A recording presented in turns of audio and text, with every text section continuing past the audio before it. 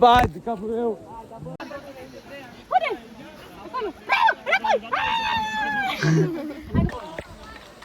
Spune, domnule, cum a fost? O să câștigăm în runda viitoare, a fost foarte fain.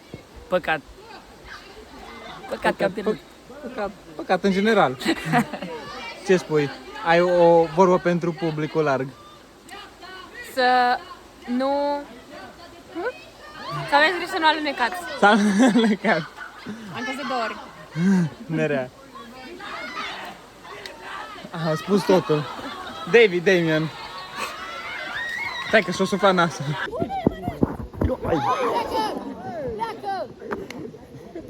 Suntem aici la răscruce de drumuri. Și ce părere aveți?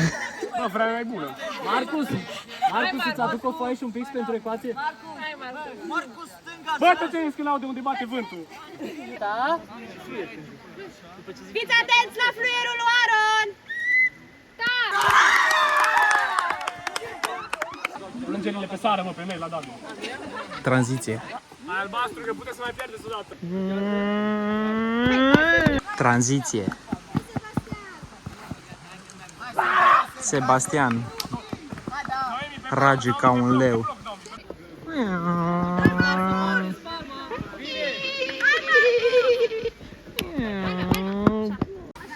Tranziție. Bă, stai, Matea.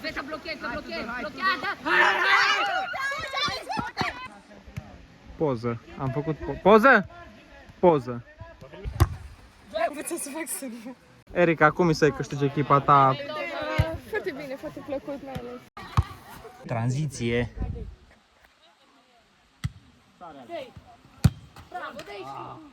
Bine, Manuel! Tranziție. Suntem aici și analizăm jocul din scoarță în scoarță. Ziua 276.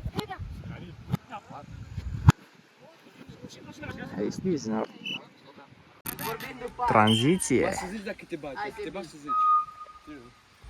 Bine, Alexia. Tranziție.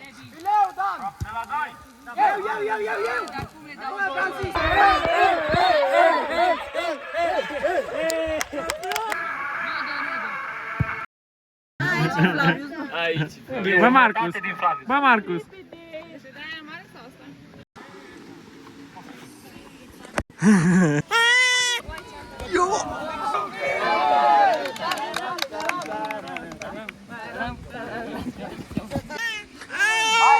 Hai, galben!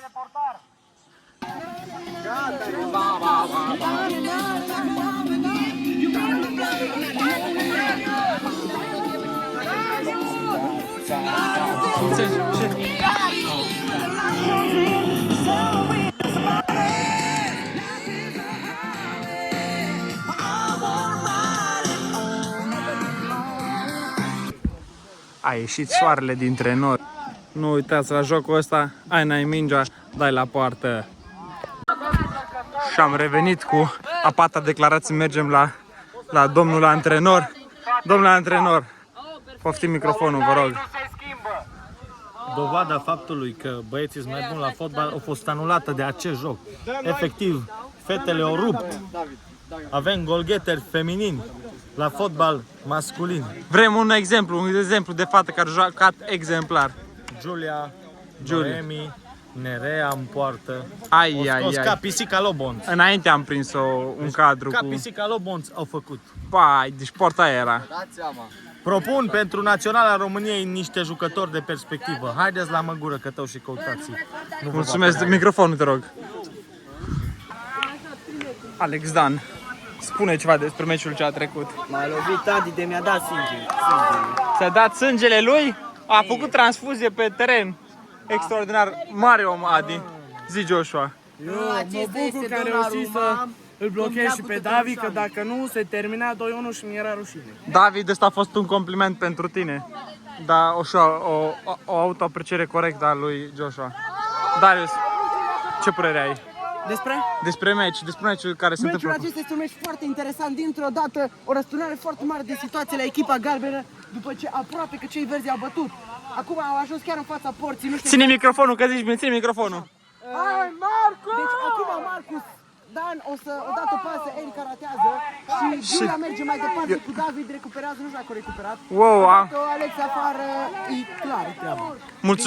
Mulțumim Darius. Darius, mulțumim, te rog să-mi dai microfonul înapoi. Wow, ce meci intens avem aici. Venim acum și la Sebastian cu microfonul. Sebastian Onișor, dacă îl cunoașteți cu siguranță. Sebastian, Wow. Yes.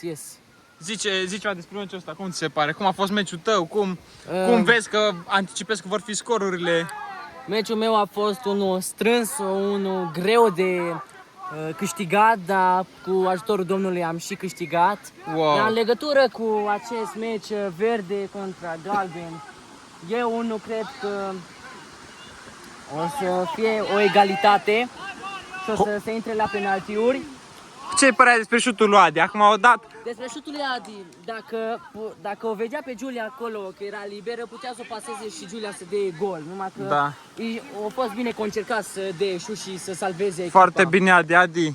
Foarte bine. Dă și pase și e excelent. Despre finala noastră, albastru cu roșu, eu cred că o să fie un meci foarte strâns.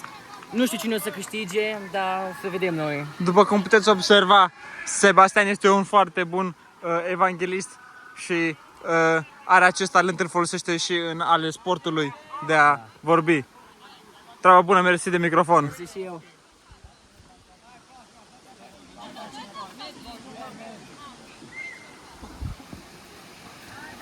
Microfonul vine la Filip Georgiu. Bună seara! Suntem aici la canalul de Vremea.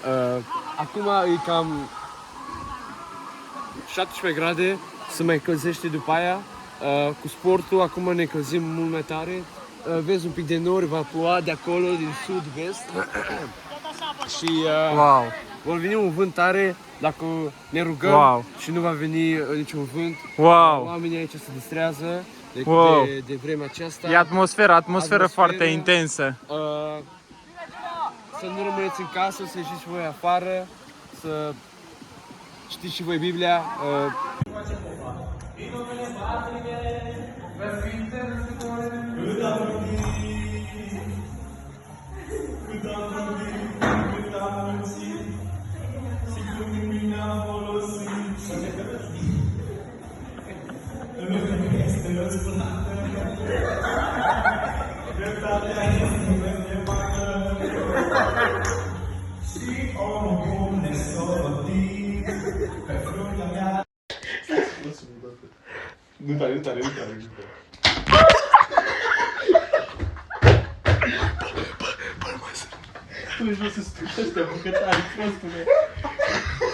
Tabără. Wow! Mi-au de steagă.